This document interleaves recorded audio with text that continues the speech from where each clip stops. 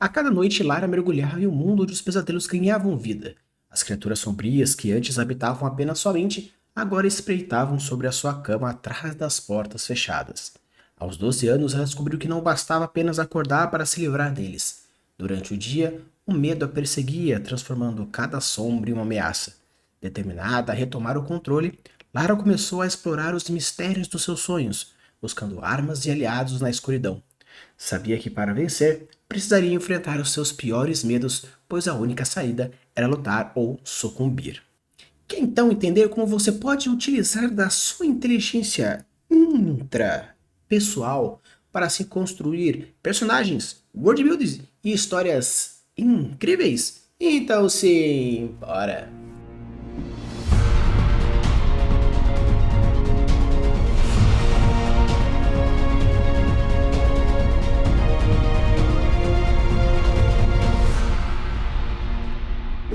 Alô, Libes, tudo bem? Aqui é Falcamos, estamos com mais um episódio falando sobre inteligências múltiplas. Só faltou apenas a intrapessoal de hoje e a linguística da próxima vez. E com isso a gente vai encerrando, então já deixa aqui nos comentários qual é alguma outra linha de raciocínio filosófica ou algum outro ponto que você gostaria que eu trouxesse aqui para o canal, que a gente trabalhasse um pouco mais. Ambientes, psicologia, personagens, construção de plot, subplot? Deixa aqui nos comentários que com isso a gente pode começar uma nova série. Então, pessoal, eu queria falar um pouquinho com vocês sobre a inteligência intrapessoal. Alguns consideram a intrapessoal e a inteligência emocional como uma coisa só, porém, de uma forma geral, intrapessoal e emocional têm algumas certas diferenças, mas nós não vamos adentrar nesses méritos. A gente vai falar um pouco mais sobre o que Gardner trouxe sobre a inteligência intrapessoal. Obviamente, existem as suas conexões, mas a gente vai ficar apenas no clássico. De uma forma geral, a inteligência intrapessoal, ela entende-se como a capacidade de se entender, a capacidade de olhar para dentro de si e assim construir coisas novas, engrandecedoras e, obviamente, o melhoramento. Uma coisa interessante é que a inteligência intrapessoal normalmente é associado ao divino, ao esperançoso, mas não necessariamente. Você pode ser muito bem qualquer pessoa e ter a sua inteligência intrapessoal.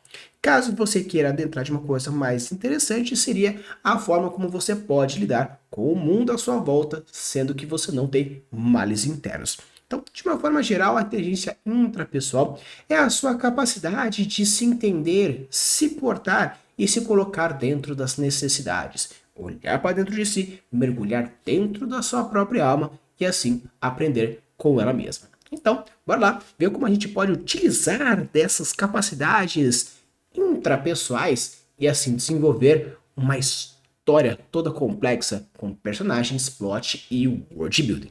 Uma coisa interessante é que quando a gente fala sobre a construção de personagens com inteligência intrapessoal, você pode utilizar com personagens que possuem meio que habilidade interna forte, meio que em desenvolvimento introspectivo.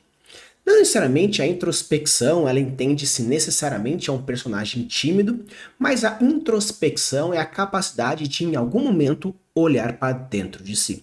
Com inteligências intrapessoais, de uma forma geral, você constrói personagens que você pode ter arcos dentro deles bem legais. Como, por exemplo, personagens clássicos de animes onde possui alguma coisa dentro dele. No caso do Jujutsu Kaisen com o Sukuna, nós temos o Naruto com a Kyuubi, nós temos, no caso, o Asta com aquele demônio dentro dele. Então existem diversos personagens, vocês podem espalhar por aí como diversos pontos onde existe meio que algo interno dentro dele que pode sair a qualquer momento. O que é legal, por exemplo, em Bleach, é utilizado meio que a ideia da Zanpakuto ficando dentro do indivíduo. Obviamente é uma relação meio que com a espada junto com o personagem, porém o espírito da espada habita dentro da alma do dono. E é interessante porque de formas interessantes você pode utilizar dessas capacidades de absorver e adentrar e criar personagens e situações e arcos de plot bem legais. Obviamente, você não precisa necessariamente construir algo, por exemplo, um terapeuta, ou no caso, por exemplo, alguém mais introspectivo. porém criar personagens que possuem a necessidade de adentrar dentro de si e assim conseguir desenvolver e construir coisas. Se você quiser fazer, por exemplo, algo que foge um pouco da fantasia, criar situações onde o personagem precisa adentrar dentro de sua alma para conseguir entender situações é algo bem legal. E as reflexões por de volta disso também são consideradas. Obviamente, a gente fala de personagens introspectivos, onde a entrada dentro da alma é algo forte, porém você pode colocar personagens extremamente altivos, porém utilizar de técnicas que remontem essa necessidade, como por exemplo o semi-sequência que a gente já trabalhou, ou no caso o Mice, onde a gente foca dentro de caráter, ou até mesmo colocar os arcos aristotélicos, que é algo que a gente também já abordou bastante, onde você tem a subida, a ascensão e no final a queda e a fossa, onde você pode utilizar desses contrastes emocionais utilizando as capacidades de fazer e desfazer todos esses fatores. Claro que não necessariamente uma semi-sequência, onde essa sequência você tem aquele momento que você abraça e você entende, aquele momento de fogueira, caso te faça isso no RPG. Porém, isso você pode ser intensificado com personagens que possuem essa inteligência ou simplesmente você, escritor e escritora, que tem essa inteligência, você pode ir transformando e criando essas necessidades com esses personagens e esse desenvolvimento. Tanto que não precisa necessariamente criar personagens introspectivos, mas é desenvolvimento introspectivo. Claro que quando você cria um personagem com isso, você pode criar autorreflexões, você pode criar filosofias, você pode criar formas de se pensar. Porém, utilizar de inteligência intrapessoal é bem interessante porque você cria personagens, como eu já te disse lá no episódio dos velhinhos, com o Tio Iron, por exemplo, que possuem uma inteligência intrapessoal e interpessoal muito forte, onde essa inteligência intrapessoal faz com que ele tenha visões de mundos diferentes. Normalmente, filósofos possuem inteligência intrapessoal bem forte, porque têm a capacidade de olhar para dentro de si e criar as suas filosofias, suas formas de pensar e as suas construções. Porém, não precisa necessariamente você adentrar muito nesse ramo. Mas o que você pode fazer é simplesmente desenvolver situações onde essa filosofia, essa inteligência introspectiva pode gerar e criar situações bem favoráveis. O próximo ponto interessante é um quesito um pouco mais específico, mas você pode trabalhar de uma forma interessante, que são os monólogos e os diálogos enriquecedores. De uma forma geral, quando a gente fala sobre esses monólogos, esses diálogos, o objetivo aqui é você criar a reflexão. No caso do tópico anterior, você não precisa necessariamente colocar um momento específico ou um personagem específico, mas sim o arco já faz com que isso desenvolva. Obviamente, ter os momentos é interessante porque isso emerge de uma forma bem legal. Agora, aqui nesse momento desses monólogos, desses diálogos introspectivos de reflexão, o objetivo é você realmente pôr para fora. No primeiro tópico, você podia fazer algo um pouco mais subjetivo, subtexto, ou até mesmo uma migalhinha aqui e ali. Aqui você vai expressar de forma direta. É aquele momento onde você transforma todo o seu conhecimento introspectivo em conhecimento externalizado. O legal desses monólogos e dessas discussões, ou até mesmo diálogos, é interessante você experimentar e expor todas as capacidades. De uma forma geral, para ficar um pouco mais direto e você conseguir entender as linhas de raciocínio que eu gostaria que você chegasse nesse ponto, seria o seguinte: inteligência intrapessoal, ou no caso, a gente pode até colocar como emocional nesse ponto, são maneiras e maneiras de lidar com o eu e com o outro de uma forma interna. Ou seja, quando você faz esses monólogos ou esses diálogos expositivamente introspectivos, tem como um principal objetivo gerar uma situação ou gerar um arco que faça aquilo funcionar. Uma forma clássica e bem fácil de vocês entenderem esse ponto. Imagina a jornada do herói, que é a jornada mais clássica e batida do que tem. Existe um momento onde o personagem principal ele adentra na aventura conhece, no caso, o mal comum, até que encontra o mestre de alguma forma. Esse mestre vai trazer algum conhecimento, alguma ferramenta que faz com que ele desenvolva, e esse desenvolvimento vai gerando mudanças internas e externas até chegar no clímax da história, onde tem a resolução, ou primeiramente aquele momento de embate com o grande antagonista. E com aquela primeira queda, pode voltar à fase do mestre, para que o mestre traga esse ensinamento que foi desenvolvido com essa primeira queda do protagonista, e essa inteligência intrapessoal vai gerar um sentimento novo, uma situação nova, que vai com que ele crie novas ferramentas para chegar ao clímax da história e assim poder voltar com o Elixir.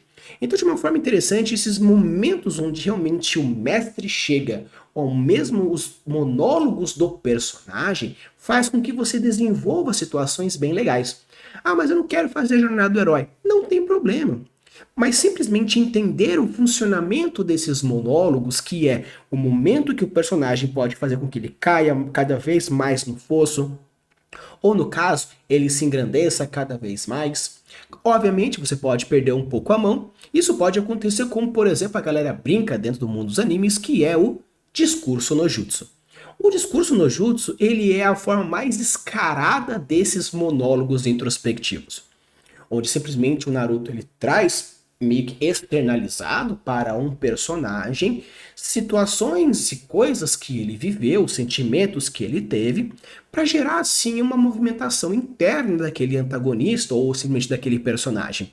Então, se você simplesmente usa aquilo como uma forma de transformação ou exposição, mostrar background ou alguma coisa do gênero, perfeito. Mas quando você perde um pouco a mão, isso chama, no caso, a gente brinca de discurso no jutsu, onde a pessoa vence simplesmente na lábia. Não tem problema se o personagem vencer uma batalha na lábia, mas modificar e simplesmente, o vilão final mais cabuloso teve toda a mudança simplesmente porque chegou um moleque de 16 anos e disse que a vida precisa ser boa, é um pouco forçado. Isso pode gerar um certo tipo de complicação e até mesmo Deus Ex Máquinas e outras coisas que podem ser evitadas. Mas no caso aqui, quando a gente fala sobre o monólogo interno, pense como uma reflexão onde você, escritor, escritora, traz uma modificação para o personagem com o objetivo de modificar o leitor também. É aquele momento que você pode quebrar a quarta parede, não de uma forma direta, mas aquela reflexão onde o personagem está tendo e a pessoa que está lendo vai refletir junto.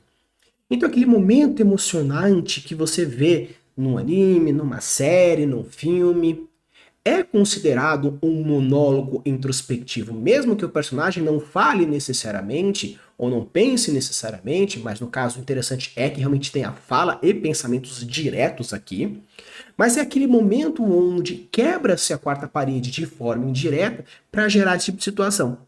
E no caso, quando você externaliza com um diálogo, por exemplo, você gera situações que vão criar uma modificação e possíveis complicações ou possíveis resoluções. Porque às vezes o personagem pode gerar um discurso no jutsu que intensifica o sentimento do protagonista ou intensifica o sentimento do antagonista, gerando em si complicações que não são tão legais, que não são tão interessantes. Obviamente, não interessantes para a história, mas para o personagem. Porque para o escritor e para a escritora, quanto mais complicações, mais ódio ou sentimentos, ou, no caso, fazer raivinha em quem está lendo, é algo interessante. Mas essa raivinha não é porque... não, sabe aquele sentimento de que você fala... amor, então, quando chegar em casa, eu preciso falar com você? E desliga. E a pessoa passa o dia inteiro com aquela puta dor de cabeça pensando, e agora, o que será aquele assunto? Mas não era nada. Mas quando você for ser escritor, escritora mestre, faça isso com seus leitores, com seus jogadores.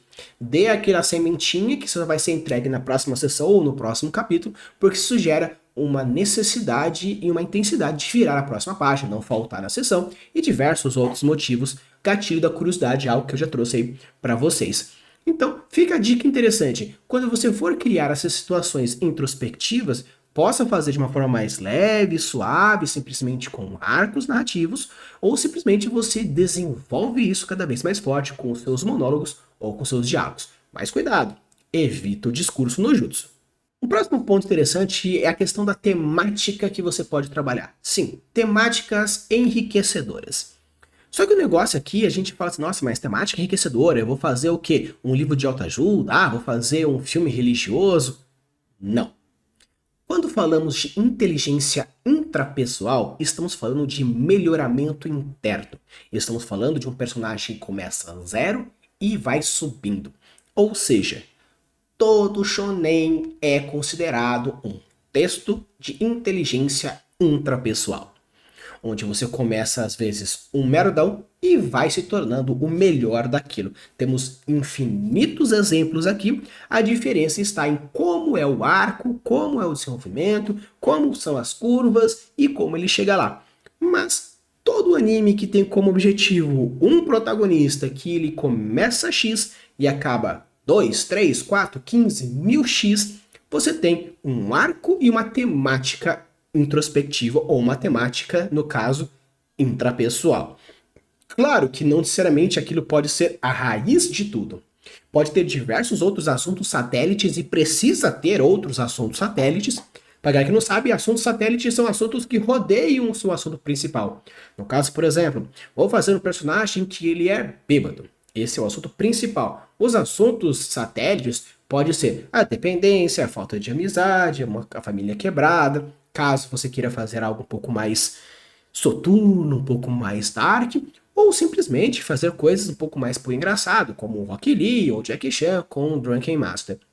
Então a ideia é que você crie situações ganchos ou assuntos satélites que desenvolvam mais esse ponto. Qualquer coisa, se vocês quiserem, eu posso fazer um vídeo especificando o que são assuntos principais e assuntos satélites e a gente consegue discutir um pouco mais. Então, obviamente, deixa aqui nos comentários se você quer que eu traga esse assunto. Estou pedindo para vocês comentarem bastante, sim, porque eu quero fazer um canal para vocês. Nós temos 500 vídeos e agora voltamos com episódios de segunda a sexta, segunda, quarta e sexta com conhecimentos diversos e terças e quintas com algo um pouco mais suavezinho para a gente criar um pouco dessas introspecções e outras coisas interessantes. Mas voltando aqui, quando você fala sobre então temáticas intrapessoais, o principal ponto é o desenvolvimento e aprimoramento interno do personagem.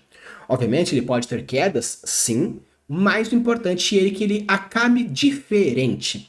No caso, quando você faz, por exemplo, o Mice de caráter, ele começa X e precisa terminar Y, seja ele qual for, sendo que Y é 2 vezes o X, ou a metade de X, ou é menos X, não importa. O importante é que tenha uma mudança.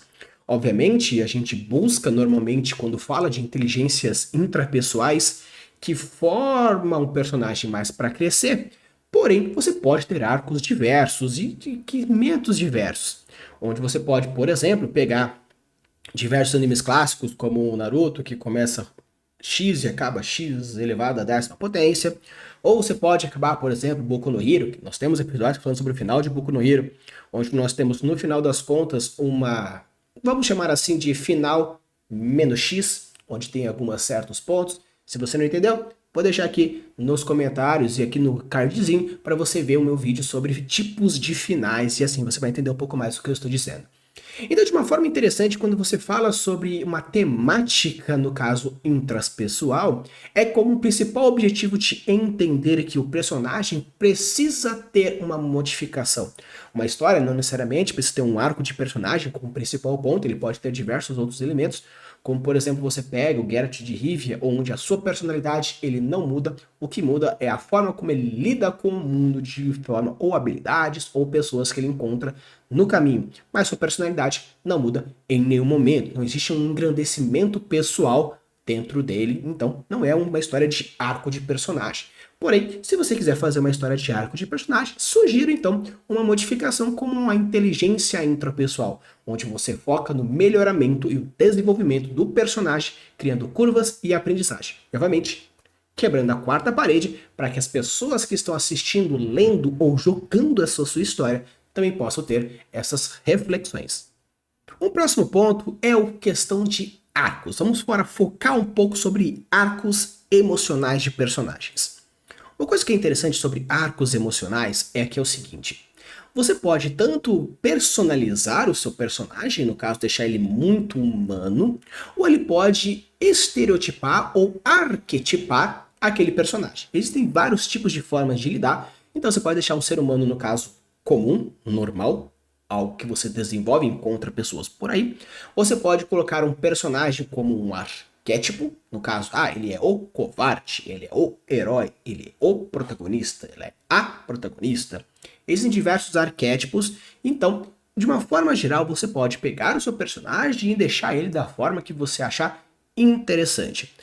Porém, de uma forma geral, quando a gente fala sobre o arco de personagem, você precisa entender que essa transformação interna intrapessoal, ela precisa se desenvolver de forma pontual e de forma bem exclusiva. Claro, como eu falei para vocês, todas essas técnicas elas não são limitantes. Fazer uma não significa que você precisa fazer a outra, ou no caso, você faz uma, você não pode fazer a outra. São pontos diferentes, são formas diferentes de trabalhar o mesmíssimo assunto e de formas e narrativas e ferramentas e construções diferentes. Porém, de uma forma geral, o importante dentro de arcos narrativos com o objetivo de crescimento e desenvolvimento emocional, pense que aquela ideia de cena e sequência precisa ser fortificado. Os momentos de diálogos e monólogos internos, fortificado. Você precisa criar situações como amores, paixões, quedas, tristezas, euforias, depressões, felicidades. Tudo isso precisa ser mais intensificado porque o objetivo aqui é gerar um turbilhão de emoções com o objetivo principal de desenvolvimento de personagem. Claro que você não precisa, no caso, jogar o personagem como um puta eufórico, ou um personagem puta depressivo, ou um personagem puta X ou Y. Não estou falando para você deixar o bagulho extremamente... Não. Arcos emocionais têm como objetivo de, neste momento, o meu foco é o personagem e suas emoções. Pode ser um pequeno arco da história, pode ser a história inteira. No caso, por exemplo, se a gente pega novamente o Boku no Hero, existe o arco de queda do Deku, o arco de queda do protagonista, onde o foco aqui não é ele se tornar X ou Y, ou ele correr atrás de X ou Y. O objetivo aqui é o desenvolvimento do arco emocional dele. Se ele vai ter uma ressurgida, se ele vai cair até o final, se ele vai se no caso ser depressivo, se ele vai tirar a própria vida, tem diversos pontos e resoluções. E aqui, neste momento, neste arco emocional, o seu foco é o desenvolvimento do personagem. Mas saiba que, se a sua história não é o arco inteiro, esse arco precisa ter uma justificativa para entrar.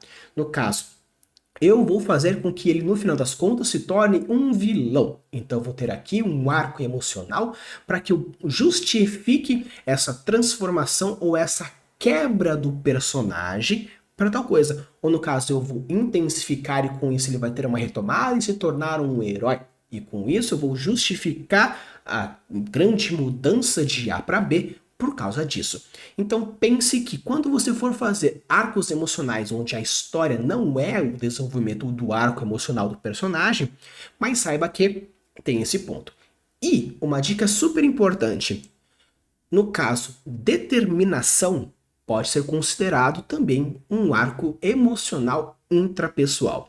Então, personagens que são determinados e existem quebras dessa determinação por X ou Y, que obviamente no shonen é o que mais acontece, é também considerado de arcos emocionais. Obviamente, como eu já disse para vocês, tudo que vocês pedem eu posso fazer. Então, se você quer que eu fale sobre arcos emocionais, deixa aqui nos comentários que com isso eu faço um vídeo falando sobre arcos emocionais exclusivamente para vocês.